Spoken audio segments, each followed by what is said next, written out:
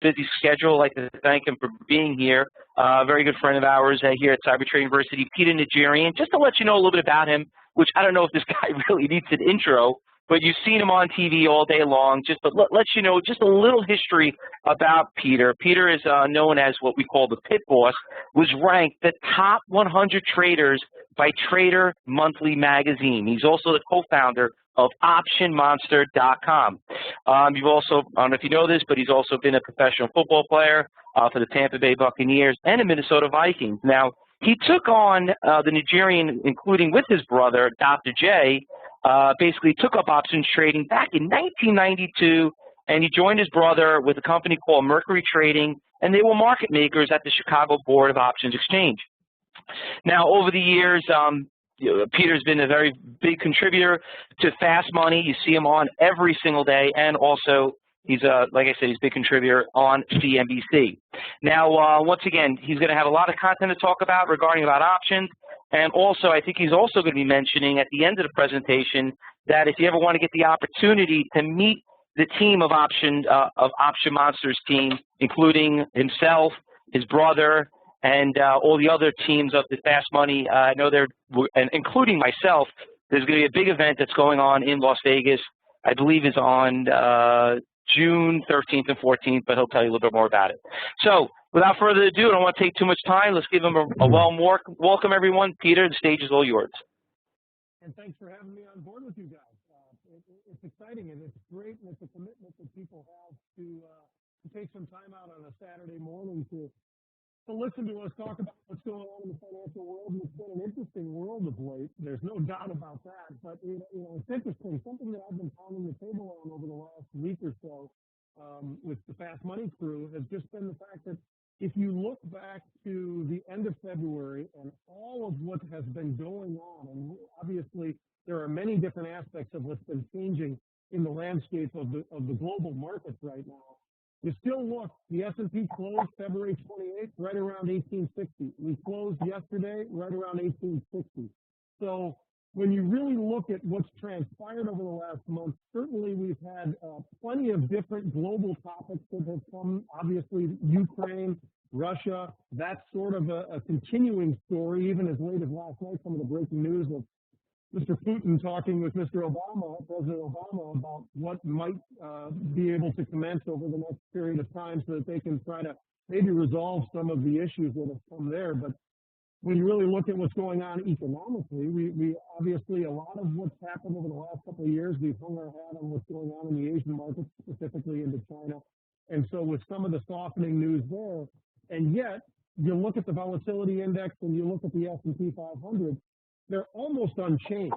And so it really is a testament to where the market is right now from where we were, despite all of the news and watching copper prices drop underneath $3, and here we are back at $3. So measuring sticks that we're all using in various areas of what's really going on in the health of the economy. One of the other areas, I'll pull up for you the XLF. If you check and look at the financials, it's been one of the legs of the rally, in my opinion, that really has been one of the main legs. Now, I think we can't say that there's any one specific, but I think if I were to break down all the various sectors of where I feel like, in my opinion, we need participation, I think financials are one of those that just have to be a part of any sustainable rally. And if we look at the financials, again, they closed out the end of February at 22.20, and you look at where the XLF is now, it was trading most of the session on Friday around 22.20, pulled off of that a little bit, but call that unchanged as well. So it really does give you a sense of what's going on in the landscape of the markets right now. And the biggest shift, and we all have been hearing about it all week, really, but maybe even the last couple of weeks, have been the selling pressures in all of the high multiple stocks. And somebody hit me on Twitter the other day, and I thought it was just phenomenal. Somebody came up with a new ETF, which they called TANK. And TANK, the acronym for TANK would be, let's put in Tesla, Amazon, Netflix, and the most recent IPO of King. And if you really look at TANK, it really has tanked because A month ago, Tesla was trading around $245 a share, and now we've pulled back significantly to 212. Amazon's pulled back as well. Netflix has been in the news continuously of late, but that was a $445 stock that now is trading closer to 350, 360. So you can see some of those pressures, and obviously the big focus point this week seems to be, and I think this was overplayed. Once again, there are times where I think the media participates far too much in sort of almost over commentary on what's going on in certain areas. Everybody's been talking about the IPOs. I think that is very important to focus on all of these IPOs. But the fact that King came out this past week, and those of you who haven't really followed this particular name, it's the name behind Candy Crush. Well, the crux of the story really is it was priced somewhere close to the 22 level, and it's really failed as an IPO, and it's trading closer to 18 now. Well, when you start to look at some of what's going on, I think it's an overstudy of King itself to talk about IPOs. It's the one name that's sort of topical and fun because, you know, it's a stock based upon gaming, which has been a pretty hot area really in the market, but a stock based upon gaming where really it's all hung upon one game, this Candy Crush. And when it finally did get the IPO, along with all these multiple of IPOs that have come out recently, it really did fail miserably relative to some of the recent other IPOs. And so it's really caught a lot of people, and I don't think any of us in the markets really were ultimately totally surprised by the reaction to King, and yet it seemed to really get everybody's attention. And I think a lot of that has to do with the attention now, the shift that's gone on, that even though the S&P is basically unchanged in the VIX and the XLF, the financials are basically unchanged, it really has been a focus on the high multiple stocks, and maybe the lack of comfort right now for those that have been involved and have had a great ride in many of these names, that they're starting to take some of that off. And when I say they, and I use that expression a lot, I'm talking about the large institutional investors. Let's be honest. Myself or any of the rest of us out there that are just truly retail, we aren't market movers. We aren't going to be able to have positions that we're going to have to file. But when you're talking about the market movers and the folks that have huge positions in a variety of stocks, when they start to move, they tend to move together as a group, and they tend to start moving either from one area to another. And it's exactly what I think we've really been watching and transpire over the last week, 2 weeks, has been this shift as we start to see some of that sell-off in some of these high flyers, as maybe that comfort level has sort of waned a bit. And we start to see, look at the names that have hit 52-week highs just in the last week or so. Caterpillar, CAT. One of those names that a lot of people had left for dead. And they left Caterpillar for dead because supposedly China was going to fall off the earth and not be able to produce at certain numbers anymore and all of the rest of that. And I think what's sort of the shift has been that people have had a little bit more comfort with the softening in China, but also that Caterpillar is not a one-trick pony. It's not just about mining. It's about construction, and there's a variety of reasons, but you look at that chart of Caterpillar, and here it is. It's pushed right up against $100 a share, and it really has been moving to the upside. And this is a stock that when it was trading closer to 80, we kept hearing how it was not just going to stop at 80, it was going to continue to the downside because of the collapse of China. Well, we can see that some of that, probably at least in the near term recently, that's been overplayed. But you see Caterpillar hitting basically called the new highs and just underneath $100 a share. JP Morgan, another one of these names, in the news all the time, big cap stock. And when we look at JP Morgan, there's been some shifting at the management levels. Obviously, they've been wrestling around with the London rail situation for quite some time now. And there's a lot of different things going on with the stress tests and all of the rest of the storyline behind the financials. And yet JP Morgan just pushed up against new highs. And you start to move over maybe into the pharmaceutical area. They've performed extremely well, continue to perform well, and a huge name in the space, another big cap name, Johnson & Johnson, it's 52-week highs.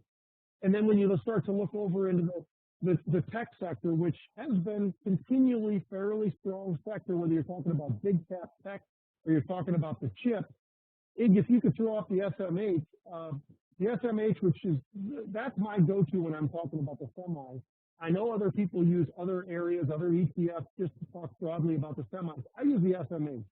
And I do this because I really like the composite and how it's weighted. And to me, it's a great measuring stick of these semiconductors, these chip stocks that we talk about frequently. Another large cap that hit 52-week highs just this past week was Qualcomm, QCOM. Another one of these names that's almost, forgotten names, and yet, and if China's dead, I guess then Qualcomm shouldn't be performing all so well, because Qualcomm really is rallying based upon on the back of the growth that they can potentially have as this build out of mobile continues and the stronghold that they've got moving forward in the China and Asian markets. So Qualcomm hitting 52-week highs. Look at a name like SanDisk as well. These are names these are all names that I'm bringing up, and I'm bringing this up for this point. Large cap names, and maybe sometimes in some cases left for dead, and they don't have any upside. That's what we're told time and time again. And yet we start to see this great movement of late into some of these names. Now, I think a lot of that has to do with security. People feel more comfortable. But I think the other side of it is that when you start to look in the energy space, in the financial, and in the chip, if we continue to have any kind of a rally to try to test maybe the 1900 level, those are the three biggies that have the potential to really move these markets and pull on the industrials and some of the other sectors on the upside. I look at these chips, and when you look at the price to earnings, the valuations, in other words, of some of these names, they're not extremely priced by any. So I think that there is upside still that exists there. Obviously, there are news events that we all know that could shift things around. But I'm talking about when you're really just looking presently, what do many of these companies look like? Take a look at the energy space as well. And when I'm talking about energy, I'm sort of throwing everything into there, because over the last 6 months or so with the Optimonster team, and we've got a great team of guys, David Russell and Mikey Yamamoto, my brother, myself, Chris McCon, a lot of the guys that write a lot of the stories that are following and tracking where we're seeing some of the activity and what the direction of that activity is implying. I take a look at the energy, and by far, the energy space stands out. And if you could put up maybe the XLE up there for folks, but you look at the big cap energy names and some of the performance that we've seen there, and even just some of the moves, whether you're talking about the drillers, the refiners, you're talking about the natural gas plays, the Canadian versus, different parts of the United States, onshore, offshore. We have seen every single asset class in energy with activity, with some expectations, and 90% of the paper that we have seen over the last 6 months has been to the upside. And in all honesty, folks, I know a lot of guys will focus on the price of oil, and they've been looking at that. I look at the price of oil very much like I'm looking, presently at least, at the market, where if you look at the S&P, you're basically in this range of 1845 to 1880. You look at the volatility index, something just underneath 14 up towards 16. Now, we've made some gyrations, single-day prints higher than these levels at times, but for the most part, these are the ranges. I look at the price of oil. Seems to be in a fairly tight range overall. So I'm less looking at the price of oil and more looking at some of these companies, some of the potential, and just like looking at a pharmaceutical name, you're looking at the pipelines. Where are they going to be? And I don't mean that in the physical. I'm not talking about pipeline companies, although we've had those as well. But when you look at the pipelines in the pharmaceutical area, that's really the hope that you're looking for, whether it's the big caps or the biotech. When you're looking in the energy space, it's all about what land they own, some of the deals that are going on there, some of the combinations, and that's something we're seeing more and more of across just about every industry. It's companies that are teaming up and working together for some of the development, whether we're talking about drugs or energy. We are really seeing more and more of these kinds of deals done between a lot of these different companies. You look at the financial, and one of the reasons that I still have some excitement about where the financials potentially could be moving is I look at the price to earnings of many of these names, you look at the book values of many of these names, and when we see paper strike looking for some upside, it's been more often right than wrong. And it's been a phenomenal thing to watch lately. Now, have we seen paper, because that would be the next question I'd ask somebody talking about that. Have you seen paper really in the financials lately? My answer is no. We really haven't been seeing upside in Goldman Sachs. Very little paper in Morgan Stanley. Bank of America is always a favorite name, and I think part of the reason behind BAC having as much paper as it frequently will have is oftentimes because of the excitement of a $17 stock. That way with options, those options tend to trade. If you throw volatility out the window just for a moment, you look at the actual premiums that people are paying. They're very inexpensive options, whether they're weeklies or monthlies or even overall. And because of that, I think it's one of the reasons why Bank of America is probably one of the most active stocks day in and day out with options. It continuously seems to have some of the most activity.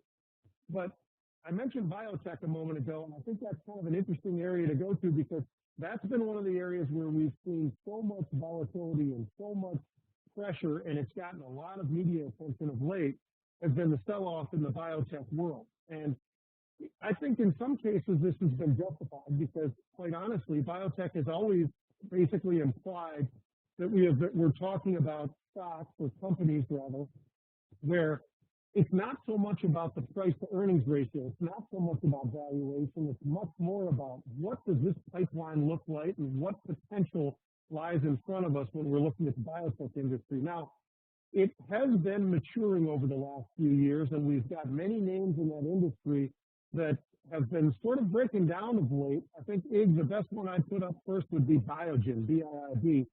Biogen's one of these names that's been in the media a lot. It's had a huge run to the upside, depending on any time frame you want to look. But if you look at the way Biogen's been trading of late, unfortunately, the breakdown of the 50-day, and then you start to look at where this stock potentially could be when you look at that 200-day moving average, it's probably closer to 260. Now, this is a stock, if you not too many days ago, was trading closer to $350 a share. So I think folks always have to understand that is part of the biotech world. I traded in a stock long ago on the trading floor, and this is something John and I talked about in our book, How We Trade Options, but there was a stock that I was trading in that closed at underneath $12 a share on a Friday on Monday because of some of the news that had come out. The stock was trading over $90 a share. That's how biotech potentially can work and have traded over the years, and particularly more so in the past. But that just shows you what kind of volatility you're talking about when you're talking about some of these areas in the biotech and some of the sell-off. So you take a look at perfect screen, Ig. Take a look at some of the rise in the implied volatility. That solid line there is the current volatility in Biogen versus that dashed line there, which is that 30-day moving average. Take a look at that move that we've seen of late because of nervousness in the market, in particularly in Biogen, in Celgene, in many of the different big cap names. You're going to see some elevation of some of that shorter term volatility in some of these options. Now, the one thing that I try to bring up whenever I'm on CNBC and talking about the volatility index, I don't trade the volatility index, but I use it as my measuring stick. When I'm looking, I think if you're looking for protection, I think you want to buy low, sell high. That's obvious to all of us. But right now is now the time to be buying protection in Biogen? No, but people will be buying protection right now that have existing positions. And it's an age-old thing that we used to talk about on the floor all the time. Buy when you can, not when you have to.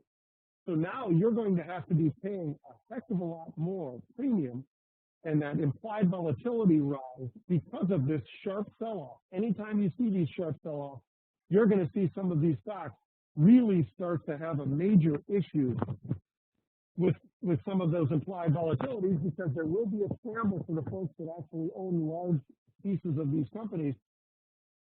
Either they're going to take a little bit of the paper off, some of that risk off, or they're going to be looking to protect themselves and they're going to be forced to pay up. And as they're doing so, those folks on the other side are going to keep raising that price to see how high somebody's going to be paying to be able to buy some of that protection. But the interesting thing is, if you look at Celgene, if you look at Biogen, you look at some of the pipelines, these still are true biotech companies where you have mature drugs that are on the market right now. In the case of both these two names, so you've already got a level where you're trading, and it's not the inflated level it once was, but you're also betting on the future because you're betting on these pipelines and what they're able to produce. So if you could put up Amgen for 1 second, AMGN, this is by far, well, if you're looking, in my opinion, in this space, this is one of the names that it's been a little bit more Teflon than these other names. It hasn't sold off to the same degree as some of the other names. Now you can see right there, it has certainly underneath the 50-day moving average. Maybe it's going to go down and test that 200-day, but the 200-day is not that far away from where it presently trades, Amgen. Trades much more like a big cap tech or a big cap pharma, as opposed to the other names. The valuation is significantly different. And again, you still have that biotech kicker, which is multiple late-stage drugs that have potential to be blockbuster-type drugs. And because of that, this is one of these names that has actually held up a little bit better. It hadn't had the same kind of a run, the explosive move to the upside, as many of the other names that get a lot of the attention. And yet, there's still a lot of great potential there. So I think it's worth just pointing out just the implied volatility moves and the stretch. You can see there the implied volatility, it's up a little bit in Amgen because it's broken down underneath the 50-day, because it's sold off a little bit, but not nearly to the same extent as some of these other big cap biotechs that have really been in the news and a lot of folks have been talking more and more about.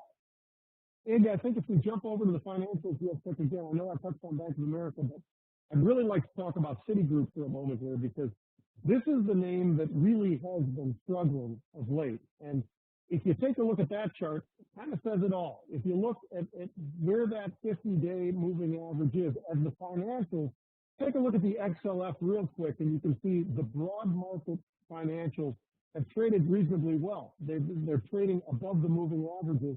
And then when you look over at the Citi chart, it looks a little bit different. The Citi chart struggles at the 50-day moving average, actually fails there, and has really been breaking down. And obviously this last week with the Fed taking a look and trying to determine, what exposures different financials have and the capital levels and all of the rest, they weren't satisfied enough right now with Citi. And so Citi basically was thrown into the penalty box, and you can see the failure has caused this company to pull back to these levels. Now, I think if we really look, after I had a great opportunity to discuss this with many of the folks over at Citi and former folks over at Citi, it seems to me that maybe, and people have heard about this for a long time, the chatter of breaking up some of these big banks.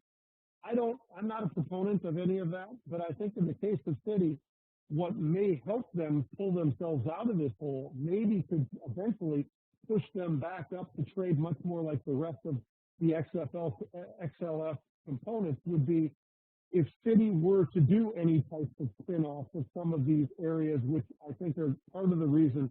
I think some of the emerging markets exposure that Citi has, and they've got some great investments, but they have never been integrated into Citi.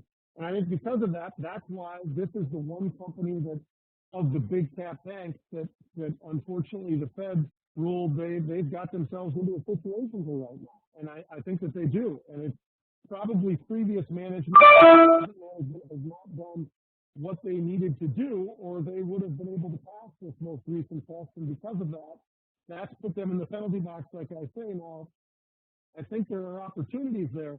When we see some of the paper come back into here in the options, I think that will start to be a little bit of a trigger that maybe something's going on in the right direction for Citi going forward. That Citi actually could become one of the stocks that participates, like J.P. Morgan, hitting 52-week highs, like Wells Fargo, which is just a solid, steady, just hitting 52-week highs. Those kinds of names. I think Citi and Bank of America are still in that show me sort of a world. I know Bank of America didn't get hit quite to the level of Citi, but you look at some of the performance, it just hit 18 recently, and now it's back underneath 17. So another one of these names that's just not quite performing the way you might expect, although it did hit those 52-week highs. But Bank of America in the last few days, this pullback has been relatively significant. So I think that's something where I like the financials. I still believe in a couple of these names. I think if the management can things in the proper way, these names really could be exciting, but I don't see it right now, and I'm waiting for that opportunity if we can see that kind of start to come into some of the options. So one of the things that we're constantly looking for is where is that rotation in the options? Well, we talked earlier about how it's been moving steadily out of many of these big, high multiple stocks and more into some of the big cap, more solid companies. And I think if we threw off Microsoft, Iggy, I'll give you a small example of what we're talking about here. I mean, Microsoft has been an incredible story. I think Fausto Nadella has done an outstanding job. It's been very, very early. It's only been there a short period of time. Although, in my opinion, this has always been the name that really fit Microsoft best, because this is a company that it had struggled for a long time. It hadn't participated very well with the rest of technology to the upside, but now with new focus and obviously the new CEO and his focus on mobile and cloud, we've been watching Microsoft sort of make these moves to the upside, hit multi-year highs recently, and there's a lot of different things going on in Microsoft, and one of the things we loved seeing earlier this week was on the 24th of March, we've seen some activity start to jump in there and some very, very heavy options trading and the upside. And it was the May 44 call were purchased in some pretty large size, and it was something where we're waiting, we're looking, like I say, in the financials, we haven't seen some of that of late. In some of these big cap techs, we're starting to see some of that. And even though these stocks have made some significant moves, and you can take a look at the way Microsoft's been moving, not just this month or not just this year, but over the last 5 or 6 months, a nice move to the upside out of Microsoft. And it's been a strong move, and a lot of reasons why behind what this move is. And I think this is one of those names that, despite the fact that it's hitting those 52-week highs, there is great potential, in my opinion, for more highs, because of a lot of the newness of what's going on and people starting to grasp a hold of what Mr. Nadella has been able to do and what he might be doing for the future in the new direction. But also, we're starting to see some huge commitments in the options. And when we start to see that, just the other day, like I mentioned, March 24th, traded over 100,000+ options there. 70,000+ were on the call side. And we start to see some of these upside options really start to accelerate and start to see some of that paper. As I mentioned, it was the May 44 calls that grabbed our attention. You're talking $4 out of the money. Stock trading close to 40 calls. And you start seeing some of the options really accelerate and some of that purchasing up that many strikes. It really starts to get their attention. And you can see there with that, if you look down those columns, the volume column will show you, there's the 6,000 contracts there. Just one of those things that really stands out for where we're seeing some of that paper, and you can see some of the open interest as well. It's just been a little bit more and more active, and there's some reasons behind why we're seeing some of that activity. Here's a name that doesn't have the same kind of a movement of late, and as a matter of fact, it's big cap, but take a look at Coke for a moment. And if you could pull that one up, that'd be great. So, KO, Coke. We all know what Coke does. We know the differences between Coke and Pepsi. Pepsi has much more focus with snacks and the beverages, where Coke is clearly a beverage company. But this is a stock that's really been breaking down. It's had a real struggle. It seems like 37 seems to be an area where we see a little bit of support, hopefully, in this stock. And obviously a lot of big names, Mr. Buffett, along with many others who've always seemed to have had a position and adding positions and all of the rest. A lot of large hedge funds seem to like this name. You can understand why. They got great cash flows, pay a dividend, but the stock performance just has not been there. Well, this past week, again, we started to see some of the papers start to flow into Coca-Cola. It's one of these names, folks, that despite the big name and despite the fact that it is a big cap company, we normally just don't see paper in Coca-Cola. Just one of those names that doesn't hit. We'll see paper in Facebook consistently, Twitter, financials like Bank of America and Citi. Go across the board. Tesla's very active. It seems like where we see the options most is in a lot of those types of names, but you don't see it as much in Exxon. You don't see it as much in Coca-Cola. In some of these other names, you do see it occasionally in the IBMs of the world here, packets of the world, but we just don't see it in Coke. So when we see some of that paper in Coke, it starts to stand out for us. And the April 4th expiry expiring, so this was short term. And we had some paper in the April 4th expiring 39.5 calls just earlier this past week, where a little bit of a play to the upside. Now, have they performed great? No. They're still basically trading right about where some of those, you can see the open interest is expanding. It shows about 6,900, I guess. But they still have a week to perform, and the stock obviously sits about 50 cents underneath these areas. But the 39.5 calls were aggressively bought this past week. And I say aggressively because, like I said, we do not see paper consistently in this name. But when it starts to show up, gets our interest, started to turn my head, didn't have a whole lot of time to perform. This was earlier, this is just this past week or so. So did it perform this week? Not very well, but the stock is starting to perform. So if the stock can accelerate, maybe these options have a chance. Like I say, they basically are trading around the same price levels where we've seen some of that paper. But you can also see Iggy's got that implied volatility constellation chain up there. Not a very volatile stock, and you can see those options are trading, give or take, right along with where they normally would trade. And it was nice to see some of that upside start to pop up into that name as well. The last one I want to bring up for you guys is a name that we've talked about time and time again, and a lot of people, back to this IPO world and how the focus has been on how many IPOs have been released and all of, so much focus on these IPOs of late. And then, of course, on the failure of this King IPO this past week really got a lot of attention. But the big daddy of the IPO world will be Alibaba.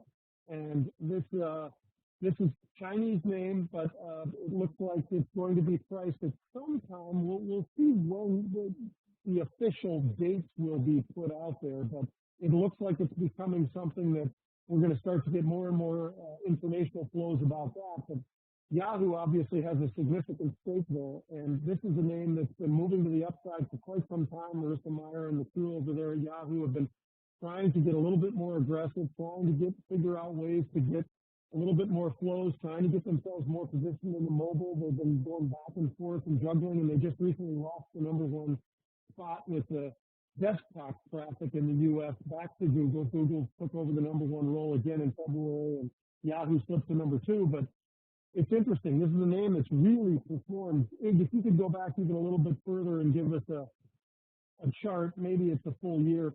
But this is a stock that's really been on a nice incline, and you can see, but of late, sort of choppy and moving a little bit to the downside. Maybe we test that level down there below, but we'll see. The interesting thing was earlier, or late in the week this week, we started to see some option paper in there as well. It was the June. So are people expecting this move to happen now? No. If they did, they would certainly be going much closer, this large institutional size paper.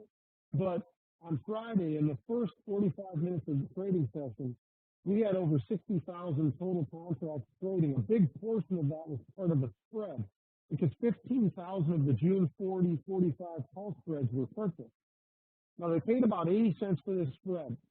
And it could be, if it went all the way up to 45, worth $5. So that's a pretty nice return on money if indeed this were to occur. But the point of really seeing all of the paper is looking for upside. We continually have seen this time and time again. We've seen shifts in Yahoo where we've seen folks rolling out of options that have already performed in 1 month and trying to get more time and more upside in another month. In other words, moving from January 25 to February 28th, and then getting out of those February 28th and going to the March 35, and then getting out of those and continuing rolling up. This one's no longer in that category. This is just a straight call spread going out to June, looking for some upside and looking for some performance out of this stock. Now, it's an opportunity. It's something that's really interesting. I've been involved in this name for a very long time. So the other day we were supposed to get a chance to talk about this. We ran out of time on the show on noon on Friday. But the real point of what we were seeing here was you're buying some time going out to June. You're also looking for upside with the stock trading underneath 40, obviously down here close to 36, but looking for that upside. And these are the kinds of option paper we love to see. My favorite of all of the trades we ever see where we start to really believe that there might be some more upside is when we see some of these rolls out of one month and up and out into another month. Those excite me most because that's somebody who's made money, they've profited from a trade, but they still want to be involved in the trade because they see more to come. And those are always my very favorite trades.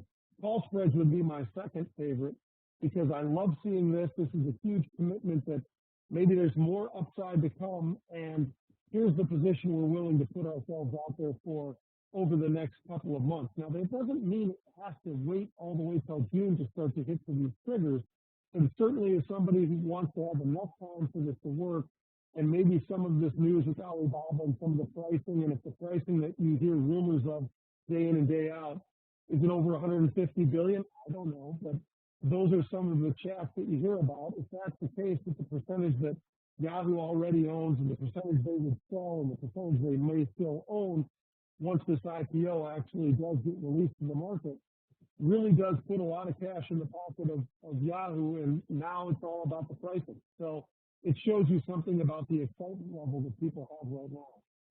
If anything else, I think what we've taken away from the last couple of weeks and month or so has been not so much negativity in the market. A lot of people are talking about the lack of performance this year to date and over the last month or so. I look at it more as the most important thing is the shift that we are seeing. And I don't think that's a negative thing. And I'm not negative on some of these high multiple stocks, but I think there are entry points where they certainly would be a lot more interesting now that some of them have broken down, whether you're talking about a Netflix or a Facebook, whether you're talking about Twitter or Tesla. I think that these are names that there's a reason why they were trading a little bit higher. Obviously, some of those reasons have gotten the nerves of some of those folks shaken a bit, and they've decided to take some of that off. But at the same time, when I start to see some of that huge acceleration of the options, some of the volumes return to some of these stocks, we've seen great volumes. We have not seen great volumes in the options that would signal to us that there's a belief that maybe there's a turn coming. So when we start to see that, I'll get more excited about those. But I don't think it's necessarily a bad thing to see a package hit a 52-week high this past week and pulled off when you see the huge run we've seen out of a name like Hewlett Packard. We continue to see paper flows in multiple names of names that are trading. When you really look at the valuation multiples are very low. You can see a bit of a conservative side right now, which is okay. I'm waiting to see, and when we do see some of the option flows really start to accelerate again in some of these Momo names, then you can get more excited about it. For now, I think it's okay to be on the sidelines there. We never have a gun to our head to be forced into anything. So I think it's a great opportunity to evaluate and wait and look to see when we start to see the acceleration of some of these options. Thanks a lot, Ig, and unless you guys have something more, that's where we're standing right now as far as what we're seeing in the markets over at options. Oh, and I should mention that, and thank you very much for discussing this earlier, but it was a great opportunity, and we've had a lot of fun with these Invest Like a Monster events in the past as well, but we've got this Invest Like a Monster coming up as well, and it's going to be in Vegas, so I think a lot of folks, it's something you may want to take a look at. They've got the screen up there. That should be a lot of fun. We've always got a great group of speakers with us. We really enjoy a lot of these guys. They do a great job. They not only speak and know what they're talking about, but they also know how to entertain. And Jeff Mackey, a former Fast Money contributor, now is on Yahoo Finance. Just a great group of guys. Dan Fitzpatrick with all the charts. We got Fausto, of course, David Russell. A really great group of guys who you get a chance to talk with, stand in the back of the room. Nobody's leaving and flying in and flying out. A lot of guys are very accessible. It's just a great opportunity to grab just some thoughts and some knowledge from what a lot of folks that are involved in the market day in and day out are thinking about the direction of the market at that time and so forth. So I think it's a lot of fun, and hopefully you get a lot of education on everything from the statistical side to the chart side to the options world as well. And depending on whether you're an expert with the options or a newbie, it's still a great opportunity and a lot of fun.